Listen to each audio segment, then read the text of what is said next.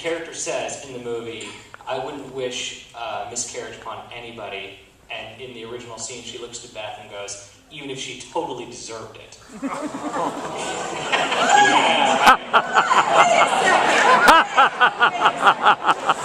She totally deserves it. You put it out in a really cool way. Maybe talk a little bit more about the work you do in Africa. Maybe the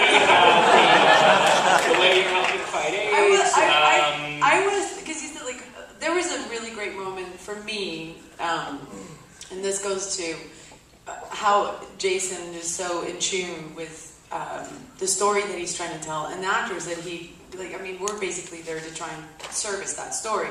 But there was a scene that was completely written, and it was a great scene. Diablo did an amazing job. I had a tricky time getting my mouth around it, but there was the scene in the distillery that we came in and we did one take, and I really by then trusted Jason so much, but I was having a really difficult time with the scene.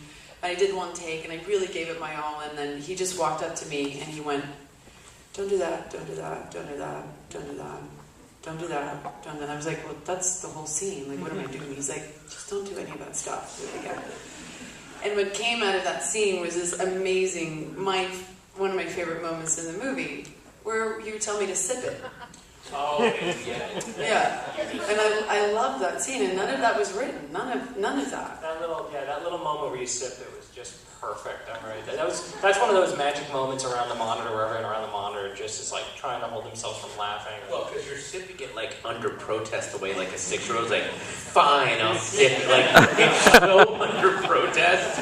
It's the least friendly sip. That happened within a matter of 10 minutes. Yeah, of us. From you, literally walking on, because we were in the garage and he was on the second floor of the house, and he came down, and from the first take. Near the actors. I literally. Sometimes he's at home, and it's just a Skype, but it works. It works. But no, from take 2 on, that's kind of what built, and it wasn't something that took 4 hours and 44 takes. It was 7 takes, and that's what we got out of it. And I love that kind of shit. My greatest moment of trust with you was when the two of you were sitting in the car spying on the house, and I said, "After you say the joke, just laugh at your own joke. Just go, ha ha ha ha ha ha ha." And you looked at me like I was First fucking of all, crazy. let's just set up the circumstance. Okay, it's like 3 a.m. It's like week 7. We're all really tired. Really, really. It's a Friday. Everybody wants to go home.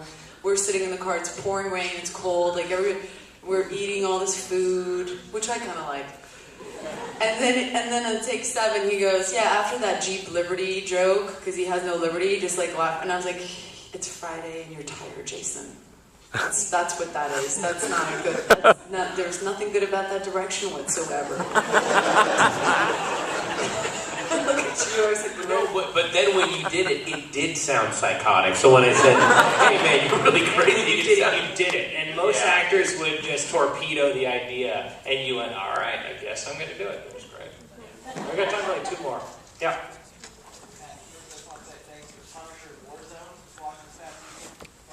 I had nothing. I talked about it on a podcast. It is one of the greatest awful movies you will ever see. Thank you. Did KFC have a problem with me being in the movie? I don't work for them, but Huh?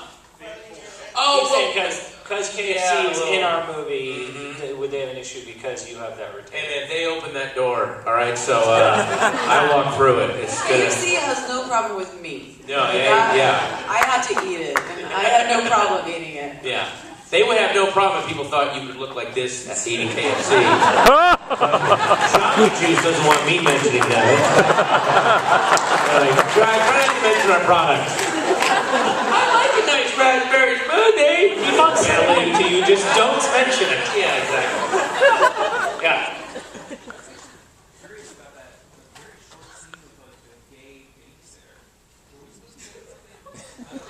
Yes, I hate gays. Oh, there you go. Thank you, San Francisco. Spread the word, guys. Thank you. Yeah. You reach for that rainbow, and there you go. No, it was just a very specifically described character in the script, and the actor came in, I thought, just knocked out of the park, and you needed to know exactly who this guy was, and need to see the judgment in his eyes, and know that he was picking up on the relationship, so that in the 3 quick moments that you see him, I mean, look, Billy Wilder said, to be a great director, all you need is a great screenplay and great actors, and I have literally my career has lived on that. And this is a screenplay where the music was in the screenplay, the production design is in the screenplay, the character descriptions. She is such an articulate screenwriter, and I've been very fortunate to work with actors who really get it. And no matter how deep you get into the film, and that's a great example of a guy who just showed up and knew exactly what to do. Well, look, thank you so much for coming out tonight. When you leave, I've been told to be very, very, very specific instructions on how to leave. You want to get the poster, you have to, and I don't know what this means, but you have to leave the way you came in. That's